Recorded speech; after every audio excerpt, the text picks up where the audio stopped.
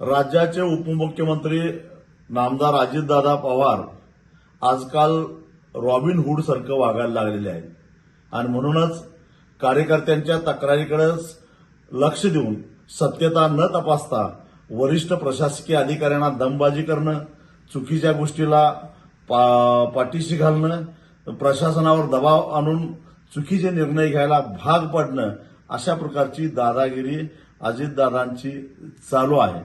2014 ते 19 या काळामध्ये ज्या पद्धतीनं दादागिरी करून ते अडचणीत आले त्याच रस्त्यानं ते पुन्हा चाललेले आहेत.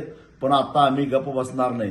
दादांना मला एवढाच इशारा द्यायचा आहे, तुम्ही दादागिरी करून आणि राजकीय परिस्थितीचा लाभ उठवून 70,000 कोटीचा सिंचन घोटाळा पचवला, पण आता दादागिरी करून सरकारवर दबाव आणून नियमबाह्यरित्या ऊस दर ठरवणारी उपसमिती स्वतःच्या अध्यक्षतेखाली नेमून तुम्ही जर का ऊस उत्पादक शेतकऱ्यांच्या ऊसाच्या एफआरपीचे तुकडे पाडत असाल तर त्यातला 1 रुपया सुद्धा तुम्हाला पचवून देणार नाही.